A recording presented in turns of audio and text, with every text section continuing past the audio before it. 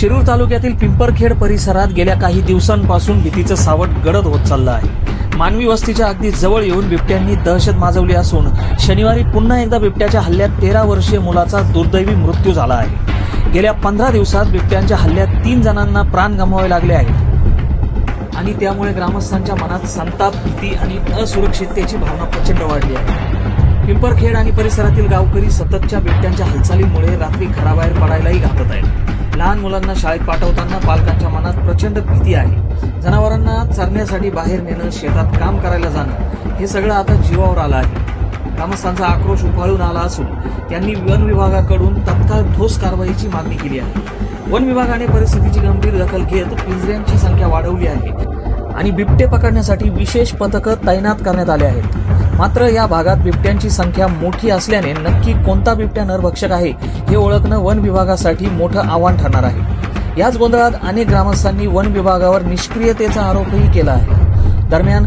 सतत वाढत चाललेल्या बळींच्या घटनांमुळे प्रशासनाने अखेर निर्णायक पावलं उचलत नरभक्षक बिबट्याला शूट करण्याचे आदेश जारी केले आहेत। परंतु या निर्णयावरही ग्रामस्थांमध्ये मतभेद आहेत, कारण योग्य बिबट्याला ओळखूनच कारवाई होईल का असा प्रश्न सर्वांच्या मनात निर्माण झाला आहे। ग्रामस्थांनी यावेळी जाहीर इशारा दिला आहे की जर वन विभागाकडून ठोस आणि परिणामकारक पावले उचलली गेली नाहीत तर ते रस्त्यावर उतरून आंदोलन करतील।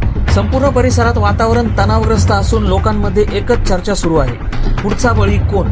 पिंपरखेड परिसरातील हा बिबट्यांचा वाढता सुळसुळाट केवळ एका गावापुरता मर्यादित राहिलेला नाही तर आसपासच्या गावांनाही त्याचा फटका बसत आहे।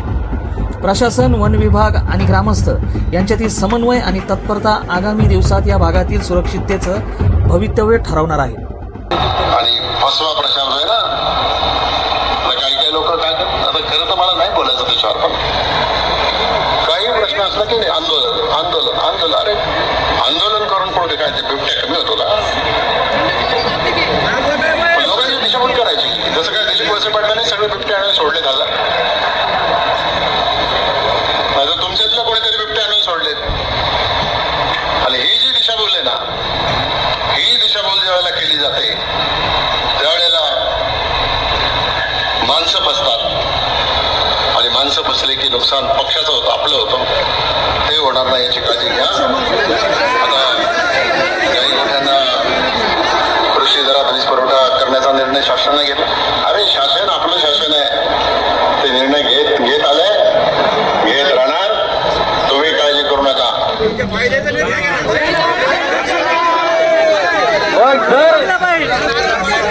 आमदार म्हणत असेल आम्ही सत्तेमध्ये आहोत, तुम्हाला जर बिबट्याचा प्रश्न निकाली काढायचा होता तर तुम्ही आजपर्यंत तो का निकाली काढला नाही?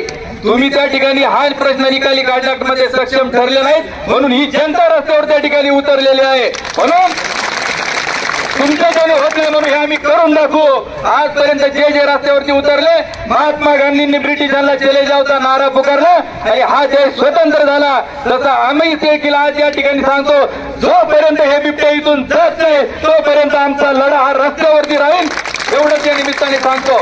म्हणून ज्याला राग येत असेल त्याने चुपचाप त्या ठिकाणी जायचं, अजिबात नाही। कालचा प्रसंग मी सांगतो की ज्यावेळी ही घटना घडली त्यावेळी तिथले स्थानिक तरुण लोक आक्रमक झाली आणि त्यांनी रस्ता अडवला।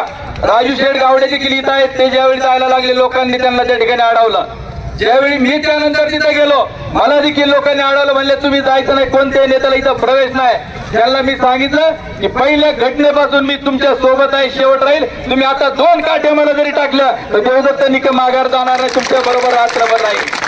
आणि जर तुम्हाला एखाद्या नेत्याची एवढी जर कोणाला तळमळ वाटत असेल तर माझी हात जोडून विनंती आहे, आमचा जो संघर्ष चाललाय त्याला काल वोट लागण्याकरता तुम्ही इथं थांबू नका, कृपा करून तुम्ही तुमच्या जागा रिकाम्या करा।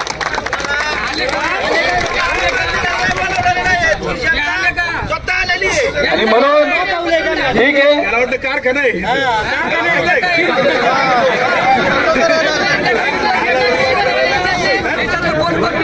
आणि म्हणून माझी आपल्याला विनंती आहे की ज्याला आपलं मत या ठिकाणी व्यक्त करायचंय त्यांनी व्यक्त करावं।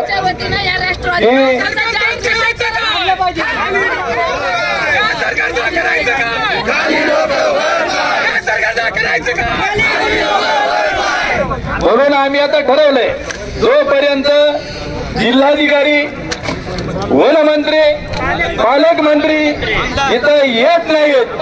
आमदारांचा विषय नाही ऐका, आमदारांनी सांगितले आंदोलन करून बिबट्याचा प्रश्न मार्गी लागणार नाही, त्यामुळे त्यांचा विषय आपण काढू नये ही माझी हात जोडून त्या ठिकाणी विनंती आहे.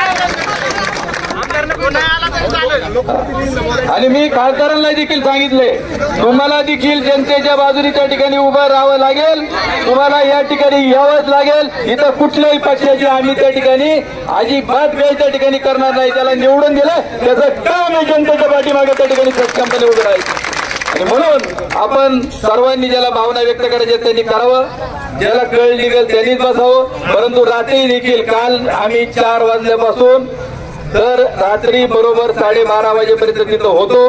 पहिल्या घटनेच्या वेळी आम्ही 9-10 तास होतो. आता सुरेश भाऊ किती आपल्याला संघर्ष करायची वेळ त्या ठिकाणी आली तर आपण मागे हटायचं नाही, आपण लढायचं शांतपणे. कोणाचंही नाव त्या ठिकाणी घेऊ नका, धोरणावरती त्या ठिकाणी बोला, कसा बंदोबस्त करायचा त्याच्यावरती बोला. धन्यवाद.